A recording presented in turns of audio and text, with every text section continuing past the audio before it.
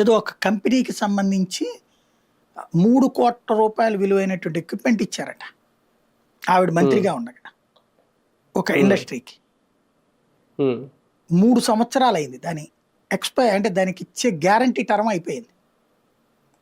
30 లక్షల రూపాయల equipment maintenance పెట్టక అది మూతపడిపోయింది, అది నాశనం అయిపోయింది. మన దగ్గర ప్రభుత్వ ఆసుపత్రులలో మిషన్స్ ఊరికినే పనిచేయడం ఆగిపోతాయి. అందులో ప్రభుత్వ ఉద్యోగిని పనిచేస్తే నేను వైజాగ్లో ఉన్నప్పుడు ఒక పెద్ద కుంభకోణాన్ని హైలైట్ చేశాను TV9లో ఉన్నప్పుడు. ఎలాగంటే KGH హాస్పిటల్లో ఉన్న డాక్టర్లకి వాళ్ళ భార్యలు పార్ట్నర్లుగా లేదా వాళ్ళ భర్తల పార్ట్నర్లుగా ఆ చుట్టూతో ఉండేటటువంటి డయాగ్నోసిస్ సెంటర్లు అన్నీ ఉంటాయి. ఆ చుట్టూ ఉన్న డయాగ్నోసిస్ సెంటర్లలో ఈ డాక్టర్ల యొక్క కుటుంబం వాళ్ళు ఎవరో ఒకరు పార్ట్నర్ అన్నయ్యి ఉంటారు లేదా టైఅప్ అన్నయ్యి ఉంటారు.